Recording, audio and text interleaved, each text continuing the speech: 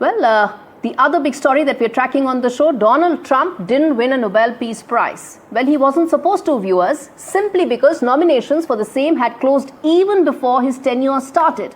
But the way he campaigned, so did his office, his MAGA base. It almost seemed that heavens would fall if the peace president did not get the Peace Prize. And in fact, Donald Trump spoke about it just hours before the Nobel Peace Prize Committee declared the winner. Listen in.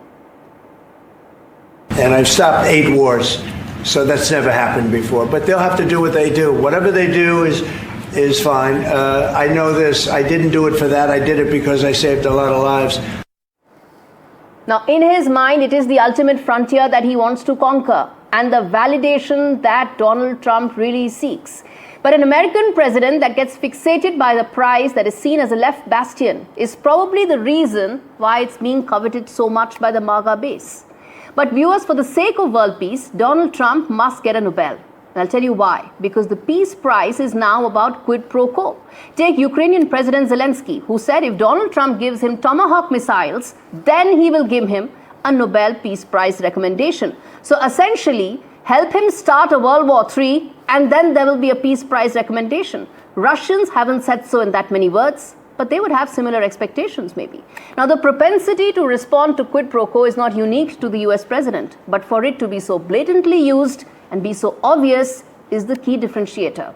And who knows who will be the next dangling carrot that will be presented in front of Donald Trump for that Nobel recommendation. Now, as far as MAGA Brigade is concerned, this is deception. So what if he invented a war between Egypt and Ethiopia that didn't exist? So what if he created and misspelled and spoke about Armenia and called it Albania?